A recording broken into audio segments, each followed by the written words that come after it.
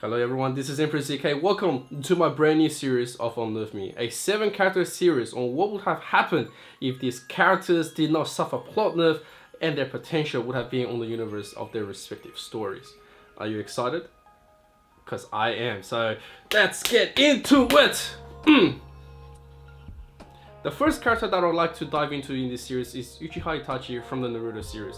By now, just about everyone should have read or watched Naruto, and if you haven't, do not worry, as this will probably get you interested in watching this awesome series. To fully explain the complicated character of Itachi, we have to go to the beginning of his powers. Itachi belongs to the Uchiha clan, and the Uchiha clan is a clan of ninjas which got their fame from their eye powers called the Sharingan.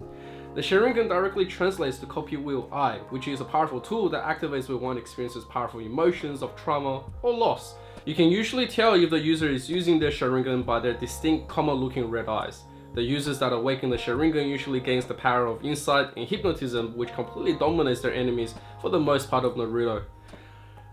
The 3 characters that shows off this is Kakashi, Sasuke, and Itachi. OG fans will probably remember from the earlier days that the copy ninja Kakashi was able to completely influence his battle with Zabuza by copying his every action and ninjutsu, Sasuke with his sudden growth by mimicking and modifying Lee's Lotus, and of course Itachi with his powerful genjutsu, which pretty much devastated Kurona and Kakashi. Like, that was pretty OP. Now that we have covered the basic of his foundation, let's scope into Itachi's life. Itachi was conceived as the first child to Mikoto and Fugaku Uchiha.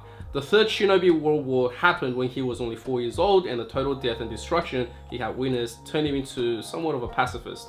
It was then he was motivated to train harder than anyone, pretty much in order to stop all the fighting from the world. At the age of 5, Itachi was trained by Shisui, who was deemed to be the most talented Uchiha of the time. Not only is Shisui capable as a ninja himself, he had already awakened his Mangekyo Sharingan with the ability of Koto Matsukami, the power to make his target think their action and thoughts are actually their own free will, and that it was their decision when it was fact manipulated.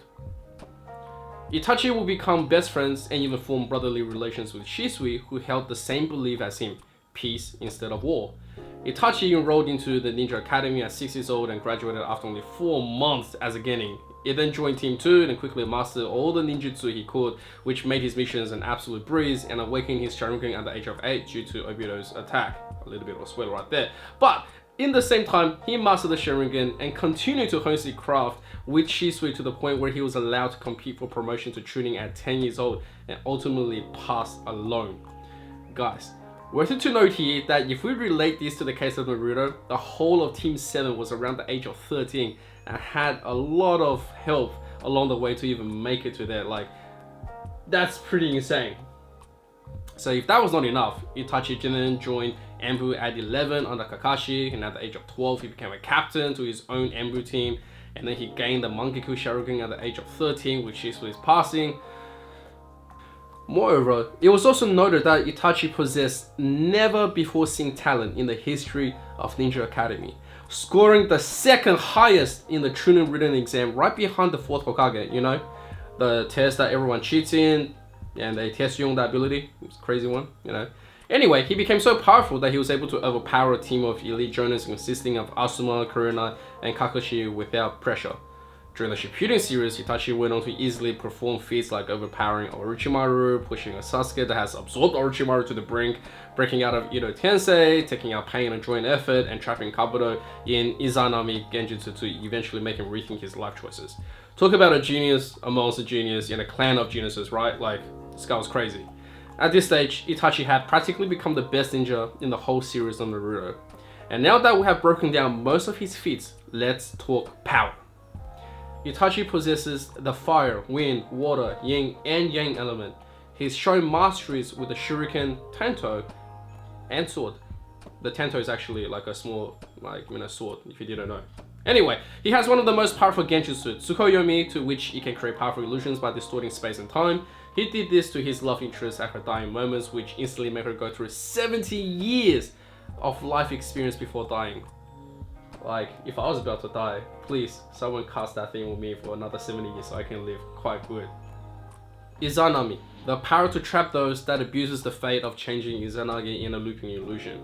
Like, we've seen Danzo use this all the time. Itachi was also the first to show off Amaterasu, the black flame, which burns away everything, including flame itself, and cannot be extinguished, leaving only ash. And so basically it's just a fire that keeps on burning. His Susanoo is equipped with the Sword of Totsuka, the Sealing Sword, and the Yata Mirror, which reflects all techniques, including physical and spiritual. Both of these weapons are ethereal, which means that they have no forms and can be used to attack however he likes it. Moreover, his Susanoo can cast Yasaka Magatama, which is a glorified version of exploding energy shurikens, like brrr. And finally, Itachi possesses one of the eyes of Uchiha Shisui, armed with Koto Amatsukami, that acts as the ultimate deterrent against danger. On top of all this, Itachi is highly intelligent and is always multiple steps ahead of his opponents, calculating and anticipating their reactions to every element. He would trap anyone that comes into contact with his eyes in a genjutsu, disregarding the situation, and is often feed by all to never make direct eye contact with him. Like, imagine never being able to look at the guy. It's like a Medusa. After all of this breakdown, one would think, gee, this guy's freaking invincible. It's like, whoa. And to which comes the ultimate character nerf. Like, has to happen, guys. So let's get into it. Itachi contracts a disease which clawed away at his life. This, coupled with the repeated usages of the Monkey-Ko Sharingan, which pretty much blurred his visions permanently, gave him his ultimate weakness. Like, the more you use the Monkey-Ko Sharingan, the more it takes away your vision. That's how it works. So he took all forms of medicine in order to prolong his life until he died at the hands of Sasuke, thus completing his ultimate plan. Which, you know, obviously plot reveal, it was crazy, we all lost it, you know, I myself shed a tear at the same time, everyone else that I know pretty much shed the same tear. So anyway, since this series is all about what if, let's make a multiverse with the ultimate version of the specific characters. Let's begin with Itachi non-contracting a disease. This will mean that he is perfectly healthy, and the only thing that will be a hindrance is his Monkey-Ko Sharingan usages. To address this, Itachi will have ultimately planned to either implant Chisui's eyes by defeating Danzo, or obtaining Obito's eyes and taking away Kakashi's other pair. The latter will probably only be possible as a last resort, as the requirements of Eternal Monkey-Ko Sharingan is to have some form of close bond with the target, thus allowing the full power unlocking on both sides of the abilities. And also he likes his former captain, which is Kakashi, enough not to be a bit of a douchebag, you know. So let's face it, you know, ultimately we're going after Danzo, and Danzo isn't really that much of a threat, as he falls behind of the Hokage level in terms of strength, ninjutsu, intelligence, and overall power. He frequently needs supplies of Sharingans and Hashirama cells, relies on his Amber Root forces and Shisui's Koto Amatsukami to stay on the Hokage threat level. But, you know, if we talk about a dedicated Itachi, it's akin to a John Wick in his universe when it comes to sheer commitment. Yep, I tried that one. It would have been light work for Itachi to completely decimate all of the Ambu forces, destroying whatever jutsus Danzo could throw at him before dying at his whim. Like, Danzo, we didn't really see the most elaborate amount of usages of ninjutsu, but it was enough for us to know that he's pretty good. The reason I say this is because Danzo was defeated by a battered down crazy Sasuke at a desperate time. Compared to Sasuke, Itachi is more meticulous when it comes down to planning ahead. He would have pinned down Danzo by himself, or at least in his weakest, in order to completely take him down swiftly. There is nothing Danzo could have thrown at Itachi that will make the man ever doubt his own victory. And that's the way I'll say it. Itachi makes everything seem breezy. To further support this, have you ever seen Itachi sweat?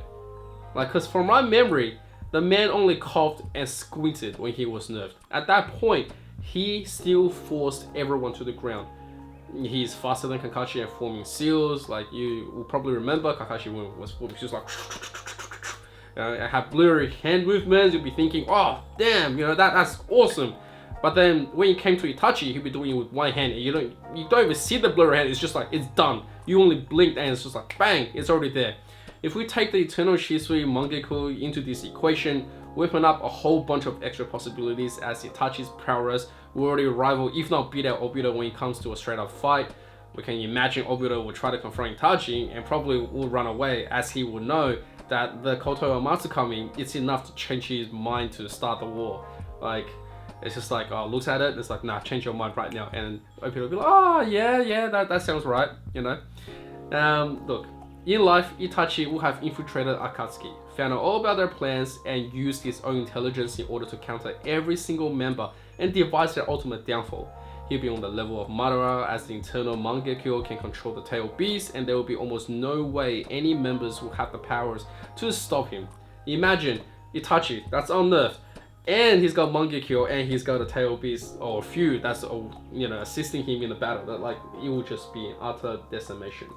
On top of that, for example, Sasori's purpose will be ineffective against the equipped Susanoo. Kakuzu is purely a parasite with 4 extra hearts. Hida requires blood, to which he will get none, and probably be trapped in the Genjutsu forever. Deidara can only explode stuff, what do you do then? Orochimaru couldn't even move and had his own jutsus turn on him. Even when he had the usage of his hands, Kisame will probably, fight with Itachi because he likes him. Konan and Pain will be, understandable, and they'll be like, okay, I guess we'll join you. And they will defect to Konoha because of Itachi's pacifist beliefs that, out rivals even their own friend Yahiko. If we understood this version of the timeline and its players and elements, many possibilities would be able to stem from Itachi. Imagine the elimination of Danzo early on. Most of the members of Akatsuki will be either converted or dead, Obito on the run, and the Moon Clan be stopped before it even happened. So many players that can come into it and join, and the friendship will just be amazing. It will be super high tea. Now for character developments and plots, we will still have the dark beginnings of the downfall of the Uchiha clan, the death of Shisui in order to activate the ultimate powers of Itachi, but the rest is all games, as Itachi will redeem himself by revealing the plots created by Danzo, taking down the Akatsuki and ruining Obito and Madara's plans earlier on.